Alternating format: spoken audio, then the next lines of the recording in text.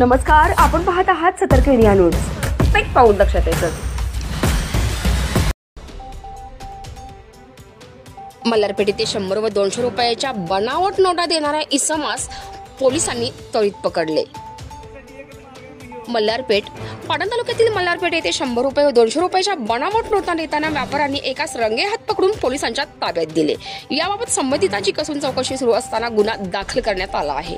पाटण तालुक्यातील मल्हारपेठ येथे दिनांक 22 रोजी सकाळी 10च्या सुमारास येथील मुख्य बाजारपेठेमध्ये येथील 2 किराणा मालाच्या दुकानात व एका स्टेशनरी दुकानामध्ये 100 रुपये व 200 रुपयाच्या नोटा खरेदीचा उद्देशाने गेला होता। मात्र या बनावट नोटा असल्याचे निदर्शनास आल्यानंतर व्यापारी यांनी त्याचा पाठलाग करून त्या दोघा जणांस पकडले व येथील मुख्य चौकामध्ये आल्यानंतर त्यांना जाब विचारण्यात आला।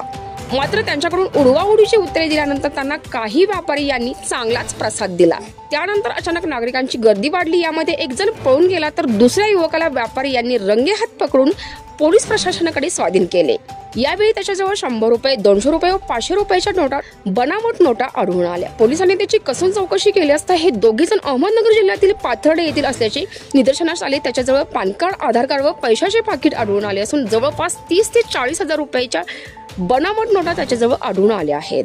यामध्ये संशयित पकडलेल्यामध्ये कृष्णा बबन वाय भासे राहणार पिडेवाडी तालुका पाथर्डी जिल्हा अहमदनगर व पळून गेलेल्या संशयित आरोपी अंकुश वसंत आगाव राहणार पिरेवाडी तालुका पाथर्डी राहणार अहमदनगर या दोघांच्या वरती मल्हारपेठ येथील पोलीस स्टेशनमध्ये गुन्हा नोंद करण्यात आला असून अधिक तपास मल्हारपेठ पोलीस स्टेशनचे सहाय्यक पोलीस निरीक्षक चेतन मसले करत आहेत। आणि या संपूर्ण महत्त्वपूर्ण अपडेटसाठी सतर्क इंडिया न्यूज कार तालुका प्रतिनिधी योगेश हिरवेसह सतर्क इंडिया न्यूज संतोषी जगदाळे पाहता सतर्क इंडिया न्यूज प्रत्येक पाऊल लक्षात येतं।